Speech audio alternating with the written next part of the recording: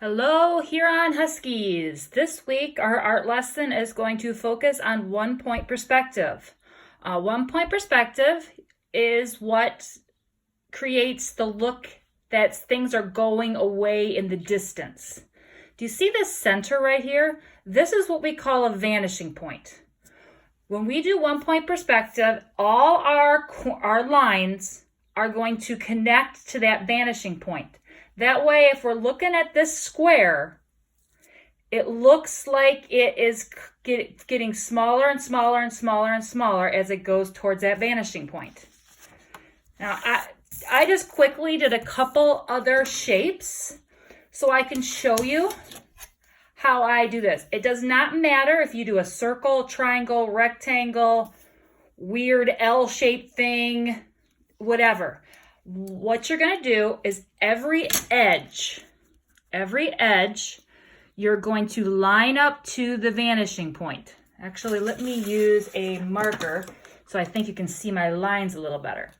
So I'm going to go from this corner right here all the way down to that vanishing point. Okay. Now this corner here, I'm going to do the exact same thing to the vanishing point. Corner, vanishing point. My marker seems to be dying. Okay. Now, it gets a little tricky when you get into valleys. What I mean by a valley is this corner here where it's inside. It's still a corner that we can connect to the vanishing point. So we're still going to go ahead and do that. Now I'm going to do that here at this corner, except I know I'm going to run out of room. So I want to make sure I connect my line until I hit the other shape. Boom, I have to stop. And same thing maybe here. I can never be sure until I use a ruler or a straight edge to double check. Okay, yep, there we go. Now, if you first do not have a ruler, you can just use a straight edge, which is basically a part of a cardboard box, a piece of paper. As long as your lines line up from the edge of your shape to the vanishing point, you are creating one-point perspective. Now I'm going to go ahead and flip my thing around. And I'm going to do the same thing. I've got just a few more here. See this corner right here? I'm going to connect it to the vanishing point. So I'm sure I'm on the vanishing point. There. Now this corner here, I can't connect to the vanishing point because it would go through the box.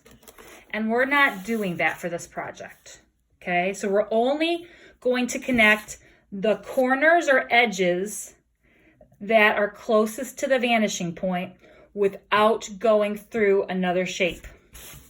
So let's go ahead and do this again. The edge, vanishing point. Do you see I keep double checking myself? I don't just instantly put my ruler down and draw my line.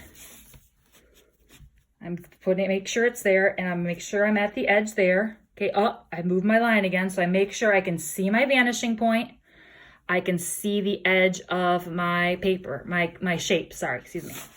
Now, once you get to this, you have choices here. You do not have to do exactly what I did. Just because I colored my shapes in with color pencils does not mean you have to. You can do your shapes with markers. You can do your shapes with crayons. You can shade your shapes in with a regular pencil if you do not have color pencils or markers. So let me just show you what this would look like if I would take, okay, so I'm going to take this here and I'm going to start closest to the vanishing point. And I'm pushing down extremely hard, closest to the vanishing point, using my muscles. Now I'm about halfway through. I'm going to lift up a little bit. Be medium. I want to create a mid color, a mid hue.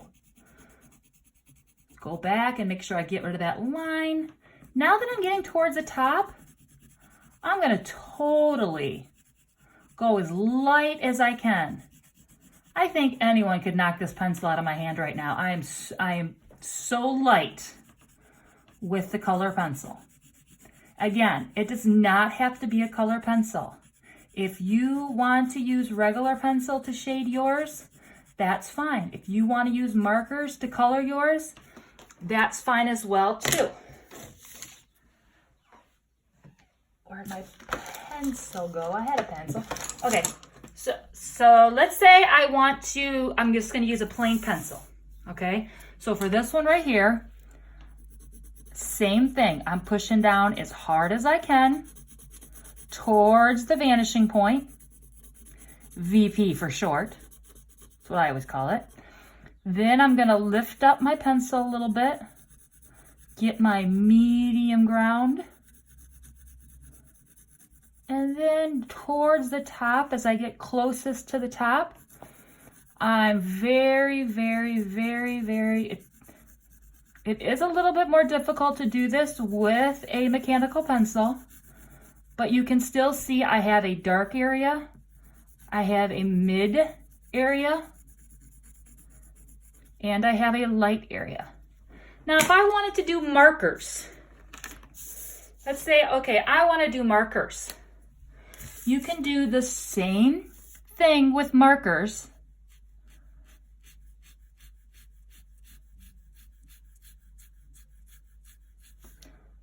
Just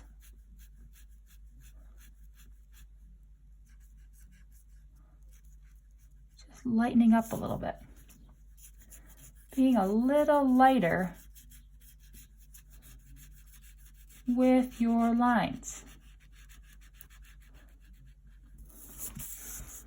And then if I want to, I can go back and I can color in the original shape. Again, you have lots of choices that you can use to create your artwork. Oops, I went out of the line. That's okay. Now, you saw that I colored in that shape with my marker. I could do the same thing with the regular pencil here. Just by pushing down hard, just by pushing down at a hard pressure, I can do the same look.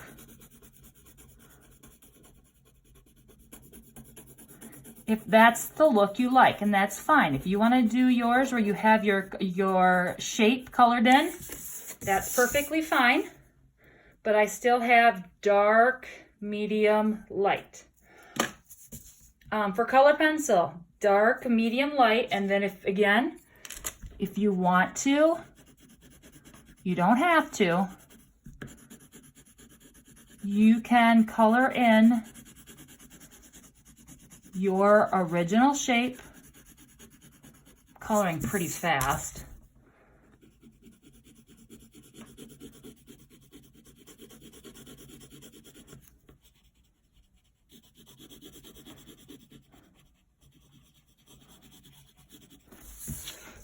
Now in this one, I chose to do something different.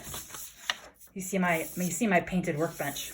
I chose to do something different on this one originally. I didn't want to color my shapes. I wanted to leave my shapes white. So I went ahead and got a black color pencil and I just colored in the background lightly. This did not take a super long time. This is pretty quick. You can do it while you're watching TV. You can do it to relax in the afternoon. Just go ahead and in the middle of your paper, put a dot. That's your vanishing point. Draw 6 to 9 shapes floating around that vanishing point and connect them with a ruler and a straight edge, or a straight edge. And then color in how you choose. Once you're done, don't forget to send it to me, Google Classroom. And I hope you have a wonderful week 5.